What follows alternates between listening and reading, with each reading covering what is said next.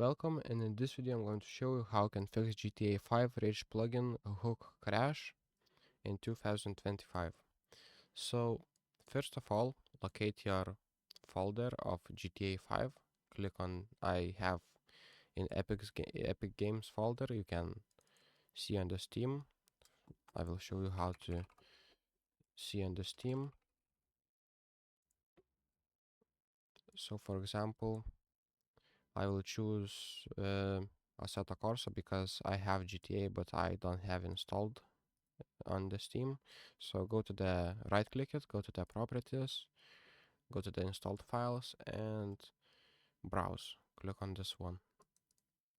So after you go to the GTA 5 location, you will need to find mods if you have one and rename this folder to mods. First of all, add underscore and then mods. Click enter. And now try starting your GTA 5. If that doesn't work, you will need to start your GTA 5. Go to the Windows Security and go to Virus and Threat Protection. And when you start your GTA 5, you will need to minimize it. And as you can see, there will be threats.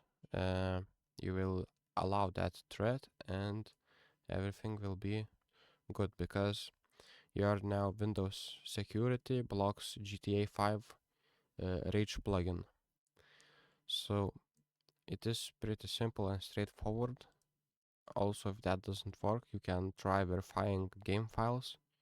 So if you go to the Steam, as I said, I don't have GTA 5 on Steam now, so I will show on the other game.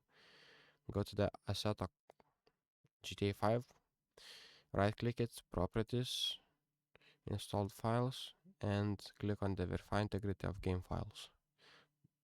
That should fix your problem. So thank you guys for watching. I hope this video was helpful. Please make sure to subscribe and comment down below if any problem occurs.